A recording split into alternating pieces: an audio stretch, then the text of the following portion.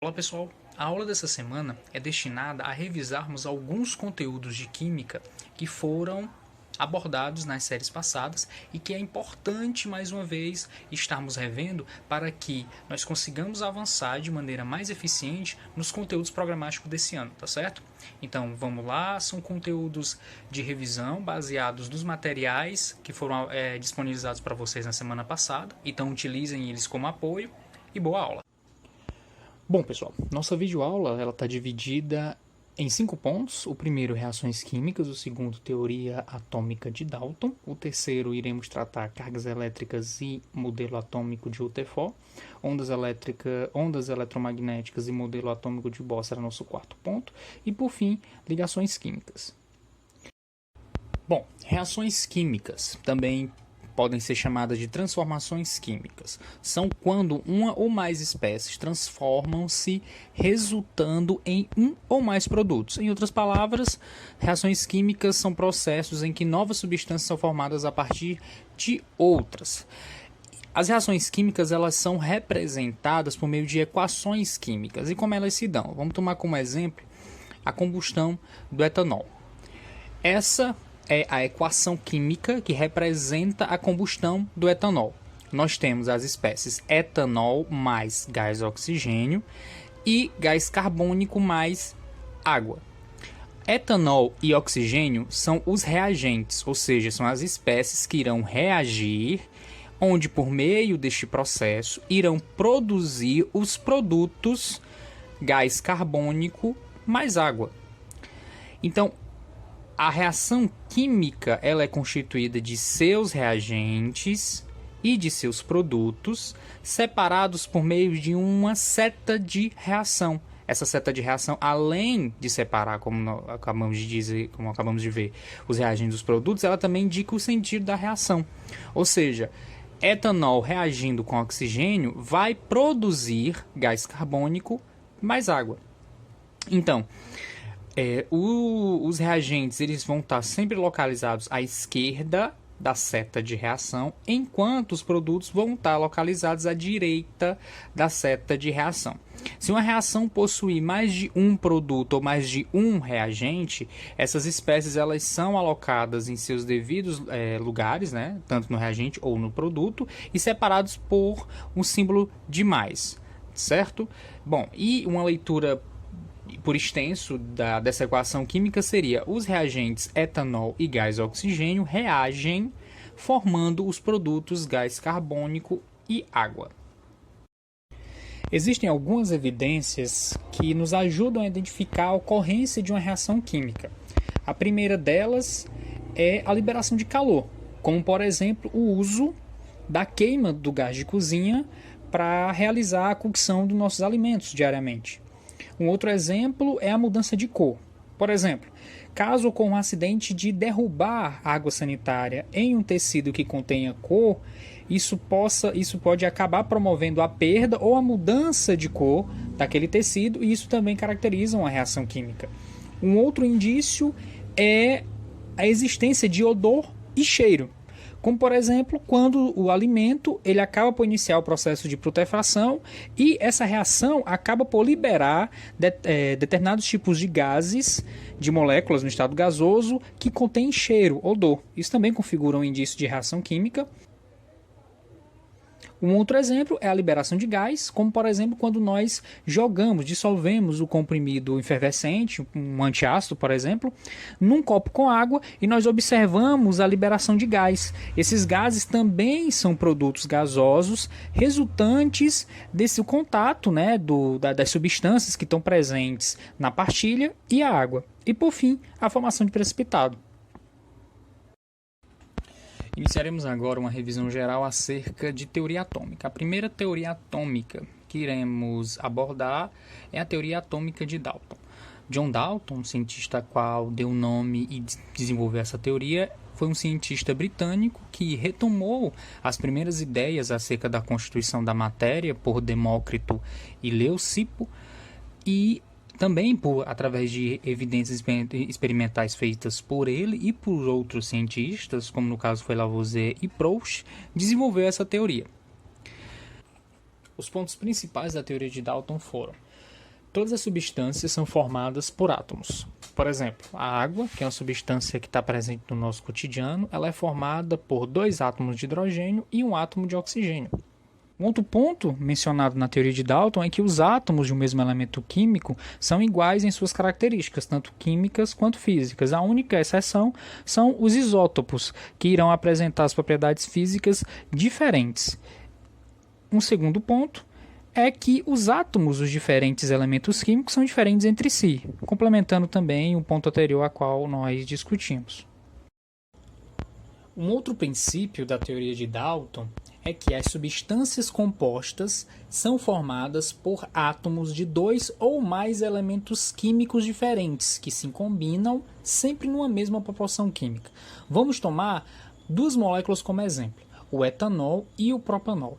As 2 moléculas são álcoois, que possuem em sua constituição átomo de carbono, hidrogênio e oxigênio.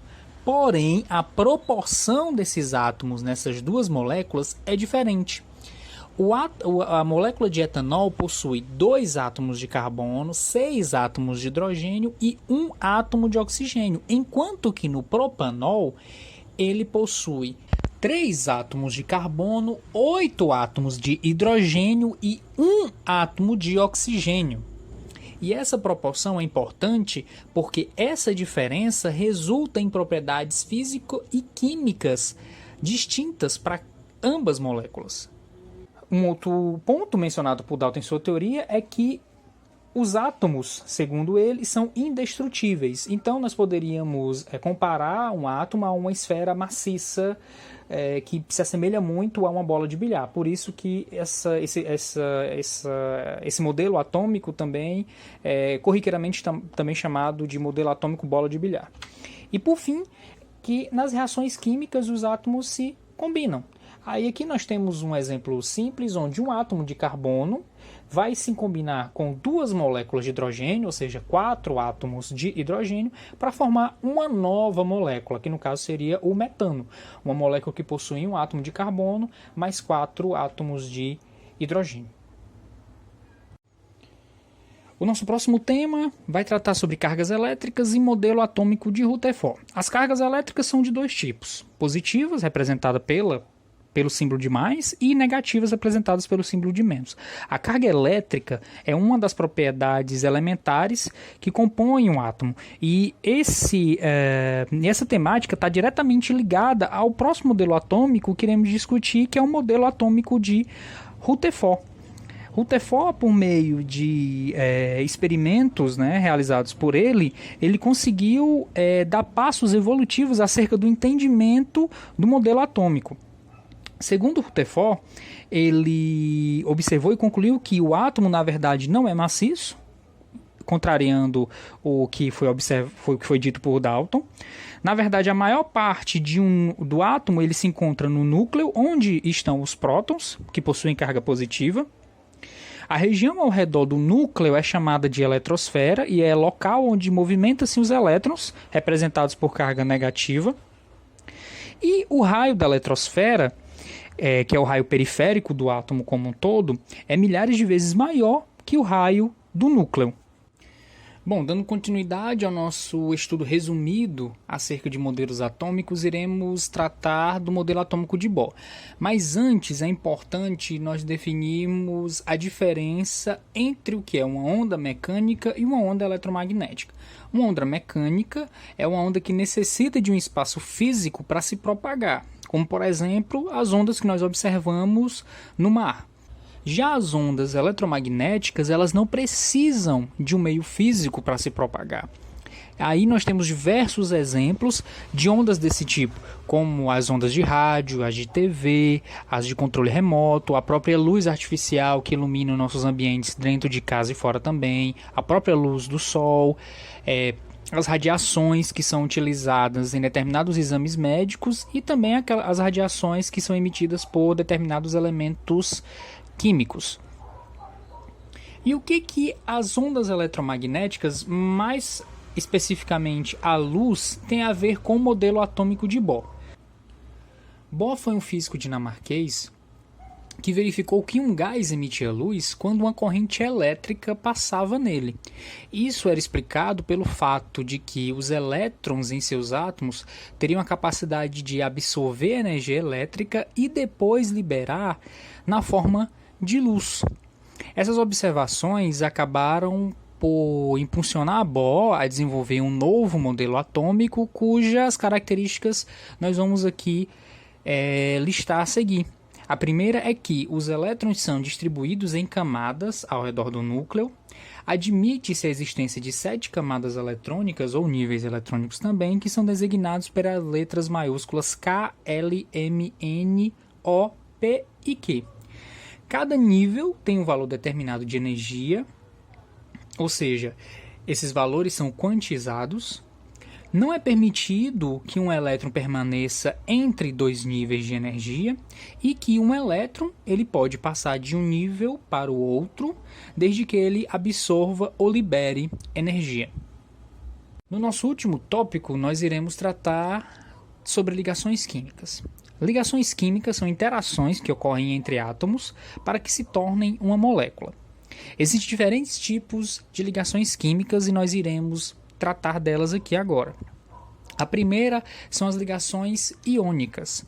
As ligações iônicas, elas ocorrem por meio da atração eletrostática entre íons com cargas opostas, como por exemplo o cloreto de sódio. O cloreto de sódio é o nosso sal que nós utilizamos na cozinha para salgar os nossos alimentos. O cloreto de sódio ele é formado por um cátion sódio e um ânion cloreto, que por meio dessas interações eletrostáticas, ou seja, por meio de uma ligação iônica, eles se juntam formando a substância cloreto de sódio. O próximo exemplo o próximo tipo de ligação, na verdade, são as ligações covalentes. As ligações covalentes, elas são caracterizadas pelo compartilhamento de um ou mais elétrons entre átomos. Por exemplo, a água. A água ela é constituída dos átomos de hidrogênio e oxigênio. A primeira ligação covalente presente na água é realizada por meio da interação compartilhada de um elétron entre um átomo de hidrogênio e um átomo de oxigênio. Na primeira ligação, nós temos aqui esse círculo azul simbolizando a interação, o compartilhamento de um elétron do hidrogênio e um elétron do oxigênio, o que forma a primeira ligação covalente. E a segunda ligação covalente, também tendo o mesmo caráter, também é formada por um elétron compartilhado do hidrogênio e um elétron compartilhado do oxigênio. Esse tipo de interação entre esses 3 átomos constitui a molécula de água. E por fim, nós temos a ligação metálica, que é a ligação entre um metal e um outro metal. Esse tipo de interação forma as chamadas ligas metálicas, que no nosso cotidiano são cada vez mais importantes, como por exemplo o aço, o bronze, o latão, o ouro. Nós podemos entender de maneira resumida e um pouco superficial essa teoria como sendo um objeto, que no caso esse objeto seria o núcleo e os elétrons mais internos, que ao lançado no mar, ele iria ser inundado. A parte do que no caso seria a analogia com o mar, que estaria inundando esse núcleo, seria os elétrons mais externos dos átomos. Esses elétrons que iriam constituir esse mar de elétrons, certo? E os elétrons de valência de cada átomo interagindo com os elétrons de valência dos outros átomos formariam o oceano, mar de elétrons, e os núcleos de cada íon metálico, de cada átomo metálico, junto com os elétrons mais internos, formariam essa rocha, esse objeto que estaria inundado dentro do mar, que no caso seriam os elétrons de valência. Pronto, pessoal. Espero que a aula tenha sido proveitosa, tá certo? Não se prendam apenas a esse vídeo e ao material de resumo disponibilizado na semana passada. Procure outras fontes de consulta e qualquer dúvida que vocês tiverem, podem me procurar nas redes sociais disponibilizadas na escola para nós batermos papos e tirarmos qualquer possível dúvida, tá certo? Um grande abraço e até mais.